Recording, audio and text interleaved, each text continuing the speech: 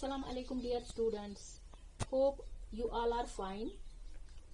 Today in the previous lecture we discussed about Akbar's policies. So we will continue it. तो आज हम पढ़ेंगे अकबर के पास बहुत बड़ी आर्मी थी. क्या थी?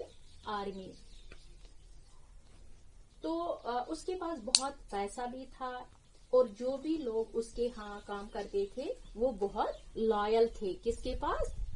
अकबर के पास. यानी जो भी उसके पास उसके नौकर चाकर जो भी लोग उसके पास थे वो भी बहुत लॉयल थे.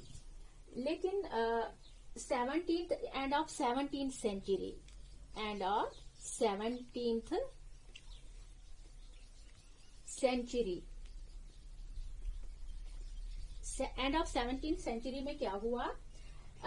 जितने भी लोग थे सब सेल्फिश निकले. यानी उन्होंने उसको धोखा दिया. किसको? अकबर को.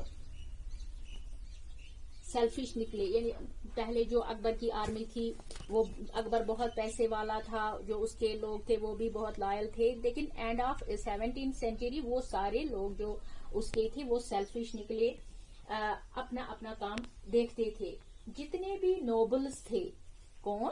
जितने भी नोबल्स थे, तो वो और उस वजह से पूरा एम्पायर वीक पड़ गया. किसका? अकबर का.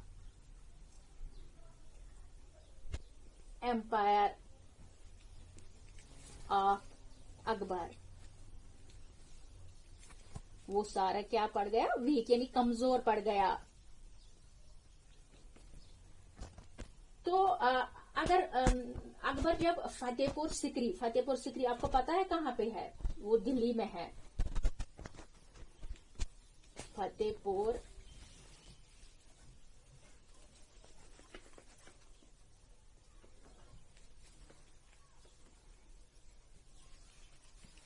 सिकरी. तो फतेहपुर सिकरी में क्या हुआ?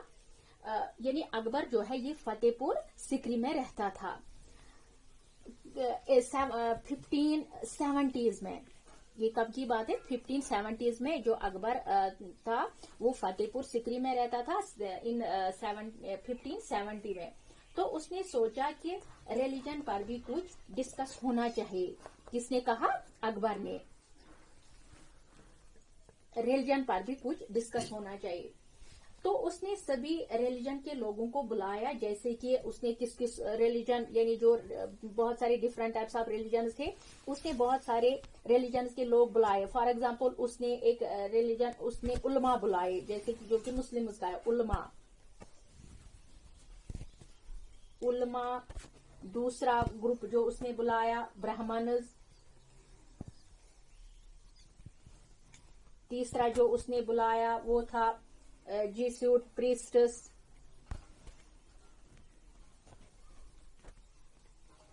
यानी पादरी, अंग्रेज यानी जो बोलते हैं प्रीस्टस. या उसने रोमन कैथोलिक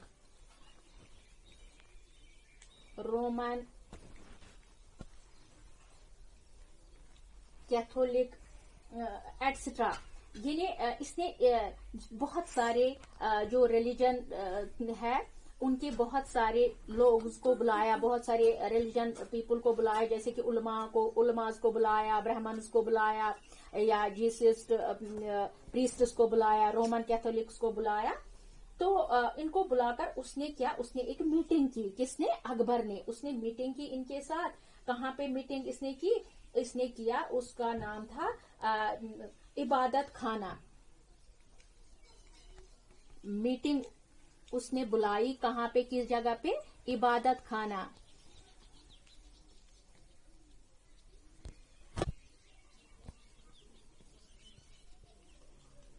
इबादत खाना था उसका नाम.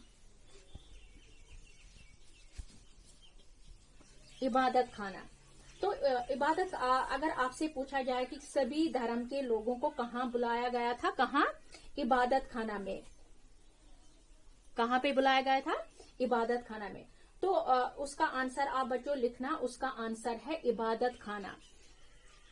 तो वहां पर डिस्कस क्या हुआ था? जो अकबर ने वहां बहुत सारे लोगों को बुलाया. کہ کس کا ریلیجن کیسا ہے تو اس کو بہت مزہ آتا تھا. یعنی اکبر جو ہے اس کو بہت مزہ آتا تھا کہ جب اس نے ڈفرنٹ ریلیجنز کے لوگ بلائے, ان سے ڈسکشن کیا, کیونکہ اکبر جو تھا اس کو بہت مزہ آتا تھا ہر کسی ریلیجن کے ساتھ ڈسکس کرنا, ہر کسی لوگ کے ساتھ ڈسکس کرنا, یعنی ہر کسی کمیونٹی کے ساتھ ڈسکس کرنا, اس کو اس میں بہت انٹرسٹ ہوتی تھی. تو ان سب چیزوں میں کیا ہے, کیسے کسٹم ہوتے ہیں ان لوگوں کے, کیسے ڈفرینٹ پیپل ہوتے تھے, تو یہ اس کو اکبر کو یہ کہنے میں مزہ آتا تھا. تو بچوں یہاں پہ ہمارا ایک ورڈ ہے, اس کا نام ہے ڈوگما. ڈوگما. اب یہ ڈوگما کیا ہے؟ دیکھو بچوں میں آپ سے کہا, ڈوگما مینز سیٹلمنٹ.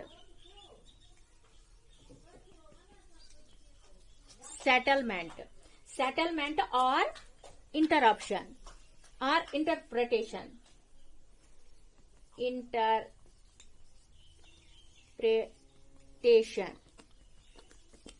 تو اب آپ کو میں سمجھاؤں گی انٹرپریٹیشن یا یہ سیٹلمنٹ کیا ہے. دیکھو کہ کوئی بھی پرسن ہو کچھ بھی کر رہا ہے تو اس کو آپ فالو کرو بنا کسی کوشچن کو ریز کرنے کے لیے کرنا.